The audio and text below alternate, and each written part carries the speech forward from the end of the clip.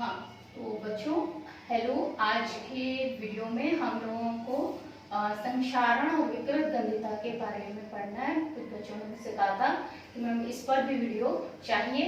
तो संक्षारण क्या है, कोरोजन क्या है? कोरोजन होता है कि जब धातुएं जो भी होती हैं वो जब नमी और वायु के संपर्क में आती हैं तो अक्सर ऑक्साइड, कार्बोनेट या हाइड्रोक्साइड में बदल जाती हैं, ठीक है, जिसकी वजह से वो कमजोर हो जाती हैं और धीरे धीरे वो नष्ट हो जाती हैं। तो ये जो प्रक्रिया है, ठीक है, इसको हम संक्षारण या कोरोजन कहते हैं। आमतौर पर जंग लगना इसको हम लोग कहते हैं। जैसे लोहे में आप लोहे के जो भी वस्तुएं आप घर में देखते हैं तो अक्सर अगर उन पर पानी पड़ता है, ठीक है, और लगातार पड़ता रहता है और वायु का कांटेक्ट तो है ही, हवा तो है ही चारों तरफ, तो वो उसके ऊपर एक भूरे रंग की परत बन जाती है। इसे ही हम जंग कहते हैं। ऐसी ही परत हमारी तांबे पर भी पड़ती है। हरे रंग की सी एक कॉपर पर परत पड़ जाती है जिसको हम जंग कहेंगे कॉपर की। और चांदी काली पड़ जाती है तो वो भी एक जंग ही है, ठीक है। इसके अलावा जो हमारी मुक्त धातुएं हमारी प्रकृति में पाई जाती हैं, तो आप लोगों ने अयस्क पढ़ा होगा, खनिज अयस्क। तो वो जो खनिज अयस्क होते हैं उनमें भी जैसे मुक्त अवस्था, धातुएं जनरली मुक्त अवस्था में होती हैं, तो लेकिन क्या होता है, वायुमंडल की नमी, ऑक्सीजन गैस, कार्बन डाइऑक्साइड है, वहां पर क्लोरीन गैस भी है, हाइड्रोजन क्लोराइड गैस भी है आपका, ठीक है ना, और वहां पर कार्बोनेट्स हैं। तो बहुत सारी चीजें ऐसी हैं जिनसे वो क्रिया कर जाती हैं और क्रिया करके बजाय मुक्त अवस्था में रहने के वो संयुक्त हो जाती है, संयुक्त अवस्था में आ जाती है। तो ये भी एक प्रकार का संक्षारण ही है, ठीक है। तो अब हम संक्षारण तो समझ में आ गया कि धातुओं का नमी और वायु के संपर्क में आकर ऑक्साइड में बदल जाना, कार्बोनेट्स में बदल जाना, हाइड्रोक्साइड्स में बदल जाना, ठीक है। फॉर एग्जाम्पल अगर मैं एग्जाम्पल दूं तो जैसे आपका Fe है, Fe आप जानते हैं, Fe यानी लोहा, आयरन, ठीक है ना, आप इसका सूत्र भी जानते हैं और इसका नाम भी जानते हैं, ठीक है। तो Fe है, जब Fe ऑक्सीजन से क्रिया करता है नमी की उपस्थिति में, तो व्हाट हैपेंड, क्या रिएक्शन होती है, हमारा Fe2O3 ये है हमारा फेरिक ऑक्साइड। अगर ठीक है ना, तो ये जो फेरिक ऑक्साइड बन रहा है यही है वो हमारी जंग, इसी को हम कहेंगे जंग। और ऊपर जो लोहे के आपको एक ब्राउन कलर की, भूरे रंग की परत दिखाई देती है वो वास्तव में इसी की परत होती है। इसी तरह से जब हमारा कॉपर, जो मुक्त अवस्था में धातु है कॉपर, कॉपर आप जानते हैं तांबा, ठीक है।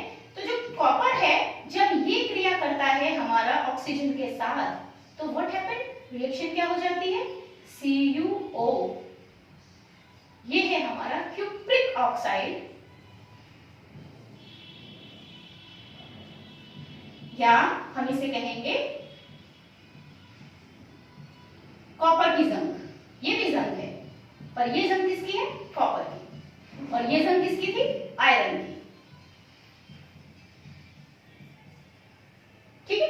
तो इस तरीके से हमारी धातुओं पे नमी और वायु की वजह से, है ना, अब केवल ये तो मैंने ऑक्सीजन की लिखी है, ऐसा नहीं है कि ऑक्सीजन से ही होती है।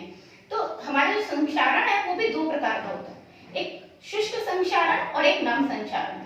शुष्क संक्षारण का मतलब है ये कोरोजन कौन सा है, ड्राई कोरोजन, जिसमें नमी नहीं होती। नमी नहीं होती मतलब उसमें जो धातु क्रियाएं करती हैं वो हाइड्रोजन क्लोराइड गैस, है ना, कार्बन डाइऑक्साइड, वायुमंडल की जो कार्बन डाइऑक्साइड है, ठीक है, उससे क्रिया करके, या कार्बन, ठीक है, उनके पास में कार्बन है, सल्फर है, मान लीजिए धातु जमीन में दबी हुई है, उसके पास सल्फर की चट्टानें हैं तो सल्फर से क्रिया कर सकती है, ठीक है ना।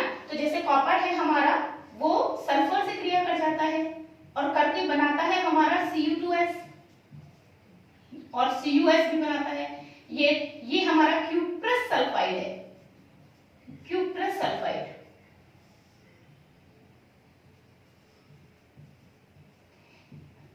मैं अपने वीडियोस में अभी आगे हम लोग अगले वीडियोज में, आगे के वीडियोज में पढ़ेंगे कि ये क्यूप्रस क्यों है। और इसी का एक और मैं बनाकर आपको दिखा रही हूँ, ये है CuS, ये है क्यूप्रिक ऑक्साइड। तो व्हाट इज वो cupric sulphide, what is the difference between both, इन दोनों में क्या डिफरेंस है, ये हम अपने नेक्स्ट वीडियो में समझेंगे कि हम क्यूप्रस कब कहेंगे और क्यूप्रिक कब कहेंगे। ऐसे ही मैंने इसे फेरिक कहा, तो फेरिक नहीं FeO, एक और पदार्थ भी बन सकता है FeO, जिसे हम फेरस ऑक्साइड कहते हैं। तो why it is called ferrous and why it is called ferric, ये इक क्यों और ये अस क्यों, ठीक है ना।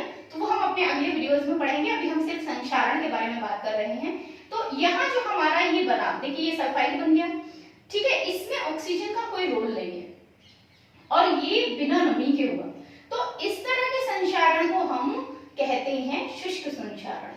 जैसे और भी एग्जांपल से आप HCl से क्रिया कर जाते हैं, है ना, जो धातु है HCl से क्रिया कर जाते हैं। जैसे Ag है, Ag आप जानते हैं चांदी, सिल्वर जिसको हम कहते हैं। और जब Ag हमारी HCl से क्रिया करती है तो क्या कर देती है वो,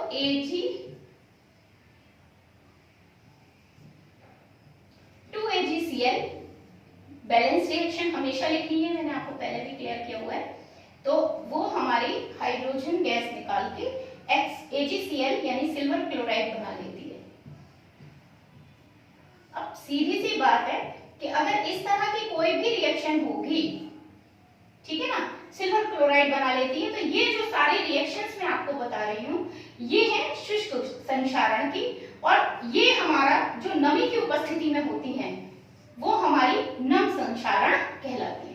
तो ये नम संक्षारण है, ये वाली रिएक्शंस हमारी नम संक्षारण की है और ये रिएक्शंस हमारी शुष्क संक्षारण की है, ठीक है। तो ये चीज तो आपको समझ में आ गई होगी। अब बात आती है कि संक्षारण अगर होता है, क्योंकि ये तो अच्छी बात नहीं है ना संक्षारण होना, इससे धातु नष्ट होने लगती है, धीरे धीरे खत्म होने लगती है। तो इसको बचाने के लिए, धातु को संक्षारण को रोकने के लिए हमें क्या करना चाहिए, कैसे बचाएं संक्षारण से। तो सबसे पहला पॉइंट बनता है कि जंगरोधी पदार्थ का लेप करना। अब जंगरोधी पदार्थ कौन कौन से होते हैं, जैसे तेल, ग्रीस आपने नाम सुना होगा, एक चिपचिपा सा पदार्थ होता है, चिकनाहट होती है उसके अंदर, अक्सर वाहनों में इसका प्रयोग किया जाता है ना। तो पेंट, बहुत सारे पेंट आते हैं, जैसे कूलर पर आपने नाम सुना होगा रबर पेंट, ठीक है। तो ये कुछ इस तरह के पदार्थ होते हैं जंगरोधी कि ये उस धातु और जो वायु है, जो नमी है, उनके बीच में पर्त बना लेते हैं। जब आप उसका लेप करेंगे तो बीच में पर्त बन जाती है और वायु का कांटेक्ट, नमी का कांटेक्ट धातु से टूट जाता है।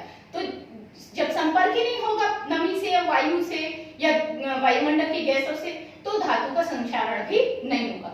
दूसरा काम क्या कर सकते हैं कि हम जो हमारी धातु है, जैसे Fe है, Fe से ज्यादा क्रियाशील कोई धातु है, उसका लेप उस पर कर दें, तो वो जो अधिक सक्रिय होगी वो पहले क्रिया कर लेगी, तो वो खत्म होगी, वो धातु क्रिया करके अपना बेकार हो जाएगी। लेकिन हमारे अंदर जो हमारी वैसी धातु है मजबूत, वो बनी रहेगी बरकरार, ठीक है ना, उस पर कोई इफेक्ट नहीं आएगा, ठीक है ना।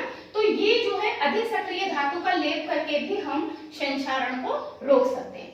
और तीसरा काम क्या है हमारा, मिश्र धातु बनाकर, ठीक है। मिश्र धातु बनाकर मतलब जैसे आप लोगों ने स्टेनलेस स्टील का नाम सुना है, तो जो स्टेनलेस स्टील है, ठीक है, स्टेनलेस स्टील में क्या होता है, वास्तव में ये लोहा ही है, बट लोहे में कार्बन, मैग्नीज जैसी धातुएं मिक्स करके, मैग्नीज एक बहुत कम क्रियाशील धातु होती है, कार्बन आप जानते ही हैं, तो इनको मिक्स करके इस धातु को, जो लोहा धातु है, इसको स्टेनलेस स्टील बना दिया जाता है, इसको मजबूत कर दिया जाता है। और इस तरह की धातुओं के मिश्रण से लोहा की जो सक्रियता है वो कम हो जाती है, तो वो वायु और नमी से क्रिया नहीं करता। तो आपने देखा स्टेनलेस स्टील के जो बर्तन है उनमें जंग नहीं लगता, जबकि उन्हें हम डेली धोते हैं, डेली पानी का इस्तेमाल उनके ऊपर होता है, बट उनमें जंग नहीं लगता।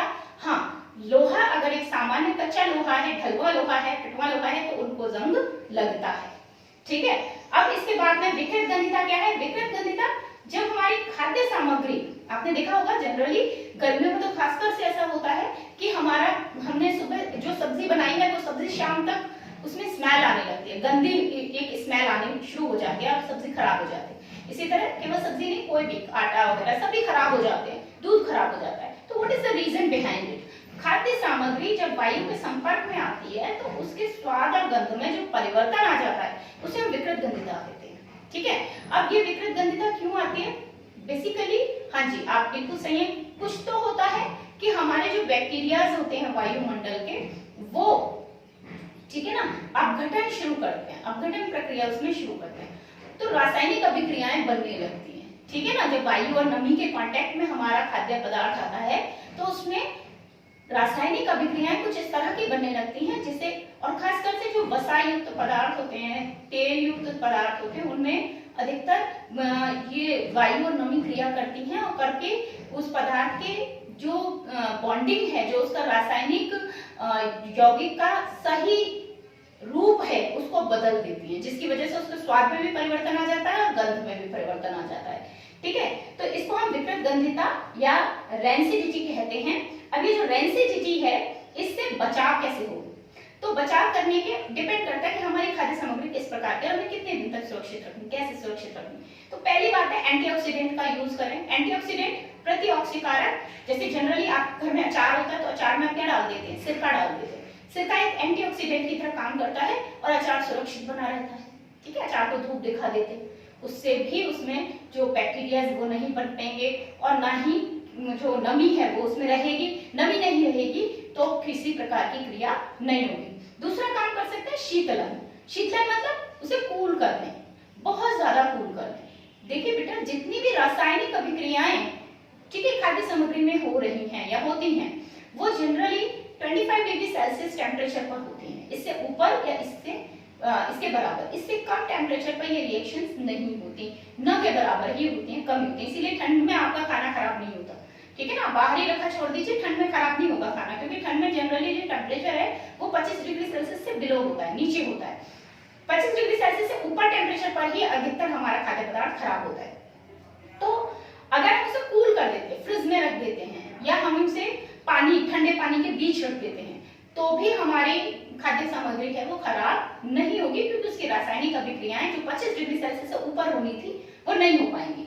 तीसरा काम कर सकते हैं कि अब जैसे मार्केट में आपने देखा है कि बच्चों के लिए वेफर्स आते हैं, ठीक है ना, तरह तरह के चिप्स आपने देखे होंगे, चिप्स आते हैं, कुरकुरे वगैरह, तो वो पैकेट बंद होते हैं, सील बंद होते हैं। ठीक है ना, इसी तरह दूध आता है, टेट्रा पैकिंग आती है जनरली। तो क्यों आती है वो उनमें क्या करते हैं, ऑक्सीजन को बाहर निकाल देते हैं।